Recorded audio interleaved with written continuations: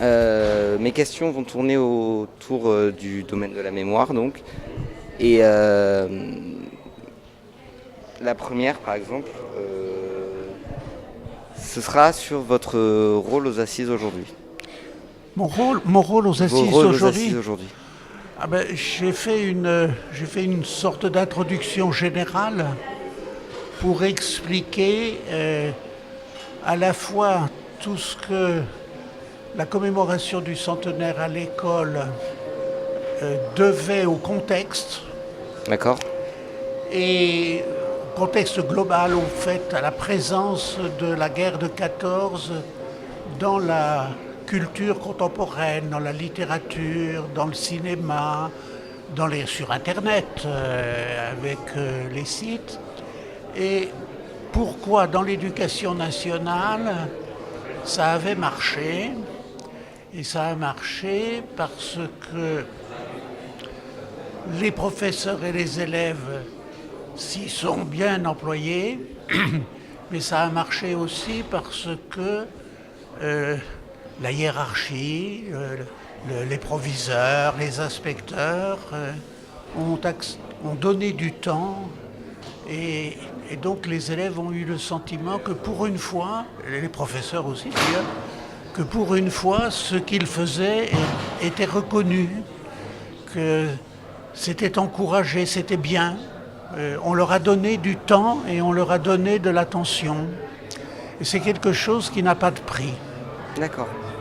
À propos des élèves, comment est-ce que vous faites, vous qui êtes historien, pour leur expliquer des sujets de niveau universitaire, mais quand c'est des élèves qui sont plus jeunes, d'un niveau par exemple de troisième, ou voilà, sans trop vulgariser. Et il faut partir de quelque chose de concret.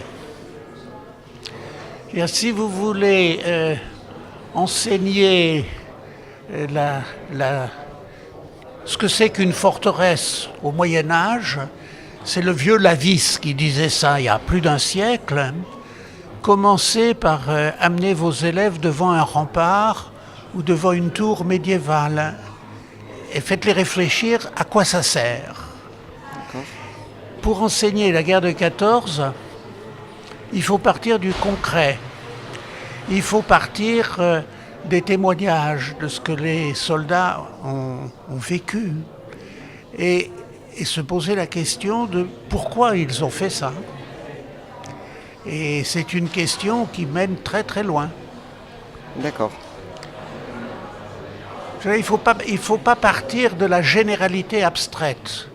Il faut partir. Ça veut dire aussi qu'il faut raconter. Et les historiens ont un atout absolument exceptionnel, c'est que l'histoire, ça se raconte. Et si on sait raconter, ça commence quand on raconte aux enfants des histoires pour les endormir. Ça marche. D'accord. Une dernière question.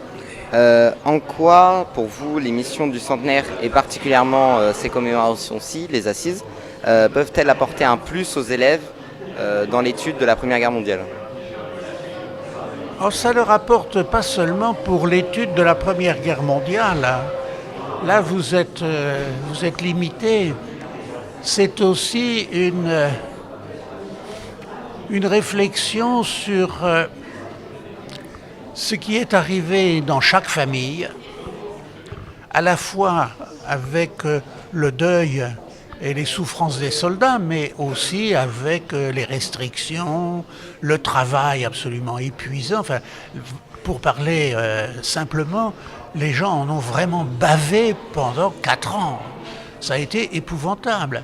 Et ils ont vécu, mais vous voyez, là je raconte, ils ont vécu dans l'angoisse pendant 52 mois. Moi j'ai vécu la guerre de 40, gamin, à l'école primaire, et mon papa était prisonnier. Et j'ai toujours su que mon père reviendrait de captivité.